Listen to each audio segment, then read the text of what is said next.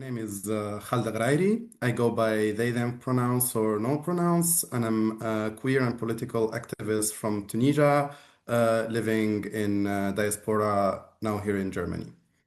So DAMJ is a queer organization that started working on 2002, the dictatorship time, in an illegal form.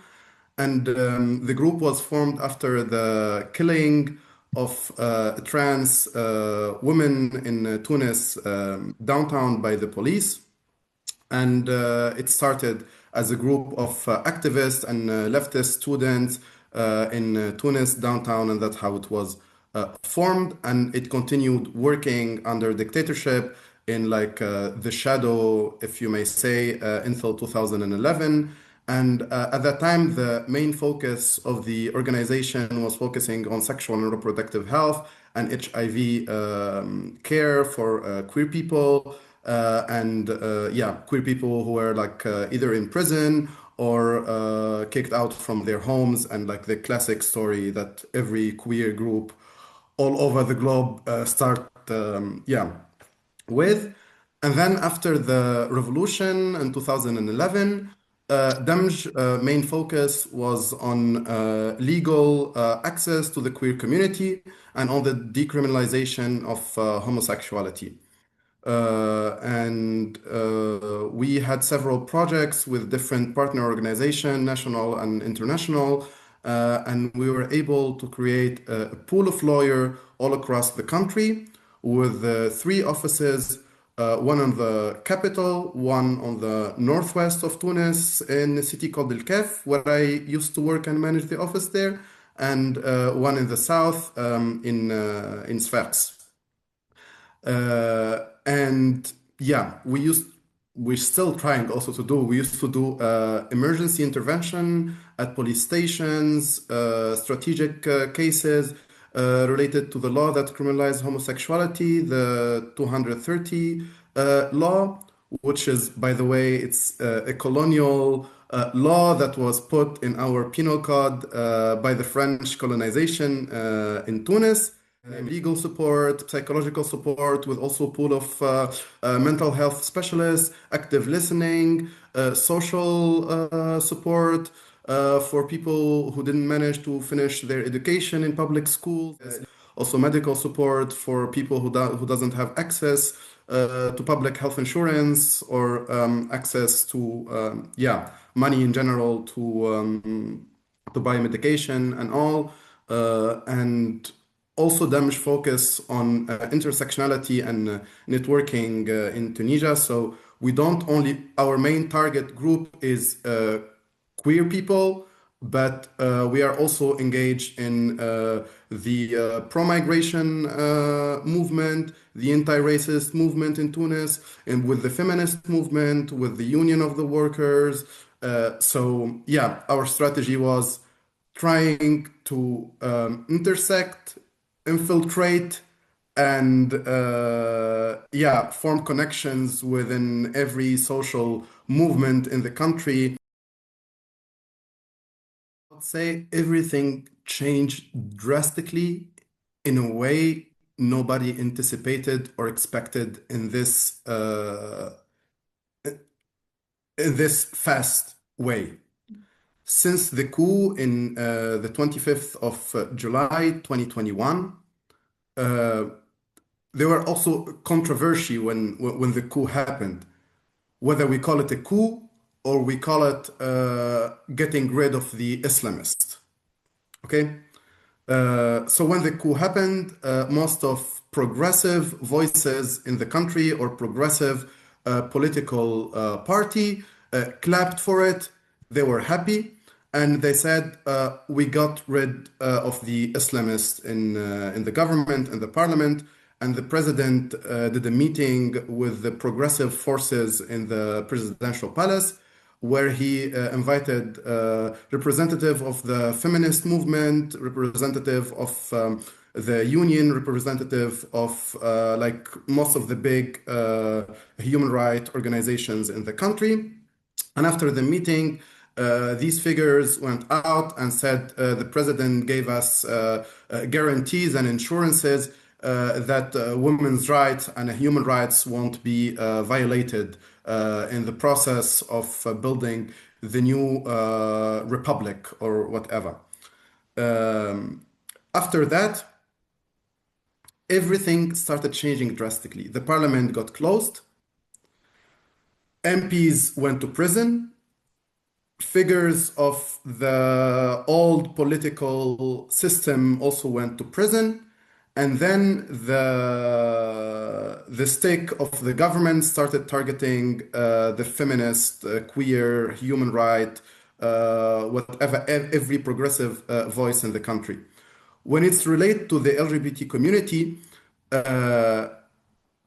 things drastically changed because we had to close our office for several months, and most of our offices are still closed because of social media campaign against queer activists and queer organization led by supporters of the regime. So it was a huge mass social media campaign that put people's life in danger, like releases of private data, people's address, people's pictures, like families, like you name it. And it was followed by a huge arrest campaign by the government. Like 2 weeks ago, more than 78 queer person, mainly trans women and sex workers, were arrested and taken to jail, like in just a period of 2 weeks. Our numbers went from around 300 person per year going in prison for their identity, sexual or gender identity, to now, God's know how many the numbers, because we also now don't have the access anymore for these informations. We had a law before the coup that allows NGOs and citizens or any person or journalist to apply to get some sort of information with the government, how many prisoner is in the prison based on this law, how many, I don't know, for like access to information law. This law is not applicable anymore, and we are in the dark now. We don't have any accurate numbers of how many people are getting arrested.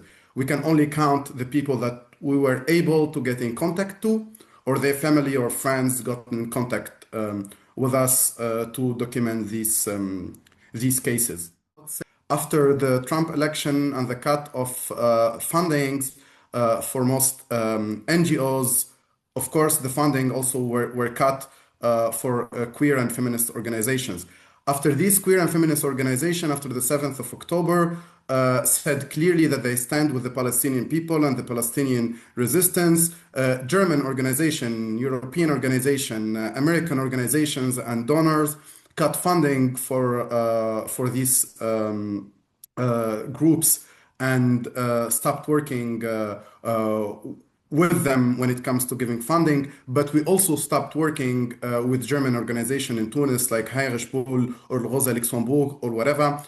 There is a massive boycott within the Tunisian civil society not to work with them because of where they stand when it comes to the genocide and the occupation in Palestine. So the rise of fascism and right-wing movement doesn't only happen with, like, the changes doesn't only happen internally. There is other factors that interfere or has effect on what's happening internally. After Tunisia signed the EU deal to prevent what they call mass illegal migration and extending the EU border to Tunisia and putting a blind eye on the human rights violation that is happening and backing the Qais Said government and giving him money, weapons, ships and intelligence, whatever fancy equipment to fight migration. What is happening to sub-Saharan African in Tunis is worse than a new form than slavery itself. It's shameful and it's I don't have any words to describe it. And then again, it targets the most vulnerable of the most vulnerable, which are queer sub-Saharan communities in Tunisia with no legal protection for either being queer or for being black, adding to that vulnerability and targeting the organizations that works with them and putting people in prison like the people from Terre d'Azil, like Saadiyya Misbah, like many other figures who spoke up and worked in the issue of migration in Tunisia. They are all in prison now. So like you put fear, you cannot work, you cut funding, and then you accuse the people who receive funding from foreigner entities or foreigner countries as conspiring against the interior whatever thing of the state, while you as a government are receiving the same type of funding from the same donor.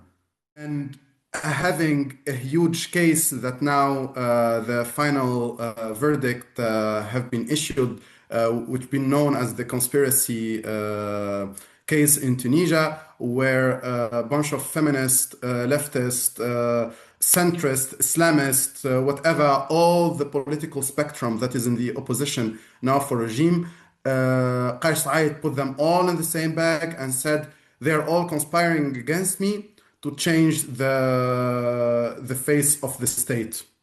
And there are sentences of 20 years, 30 years.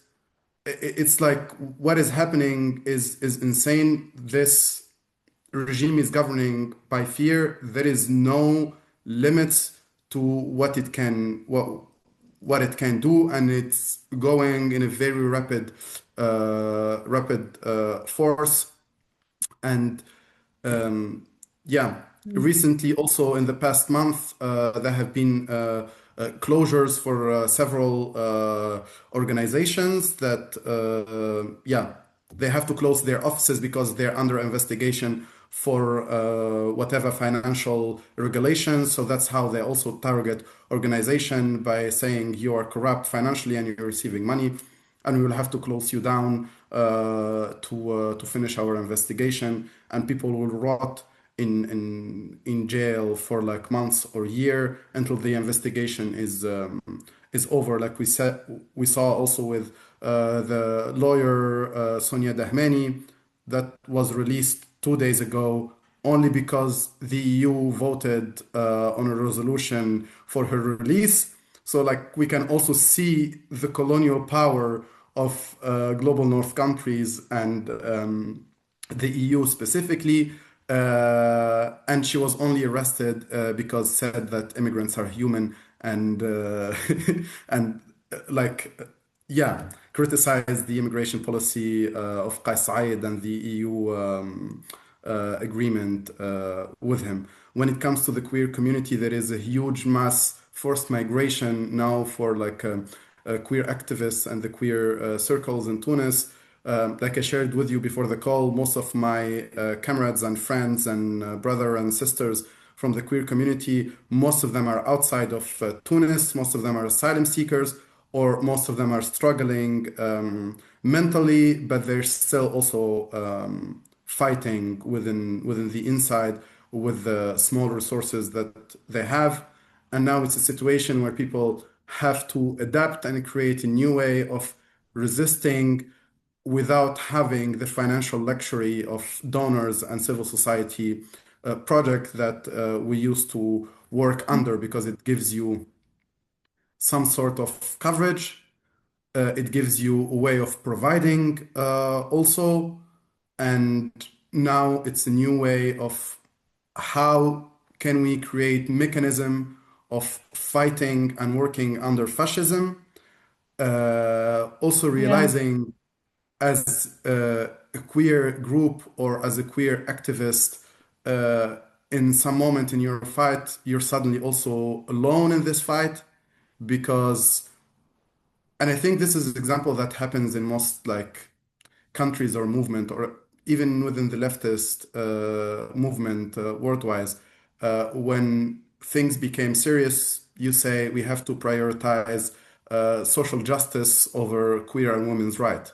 So, and yeah, this is very typical. You start within your community, your friends, your comrade. You start within five people. We really underestimate how the power of a group and community can do. Two Mhm. and or five people can really do a lot against a fascist regime, but also organize, connect, intersect, and put our minor disagreements aside.